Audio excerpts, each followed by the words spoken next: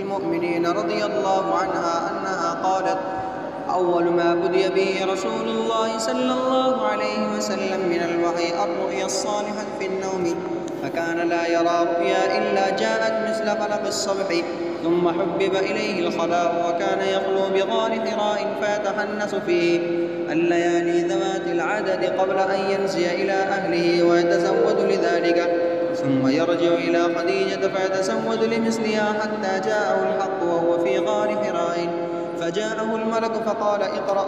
فقال: فقلت: ما أنا بقارئ. قال: فأخذني فغطني حتى بلغ مني الجهد، ثم أرسلني فقال: اقرأ. فقلت: ما أنا بقارئ. فأخذني فغطني الثانية حتى بلغ مني الجهد، ثم أرسلني فقال: اقرأ. فقلت: ما أنا بقارئ. قال: فأخذني فغطني الثالثة ثم أرسلني فقال: اقرأ باسم ربك الذي خلق، خلق الإنسان من علق، اقرأ وربك الأكرم.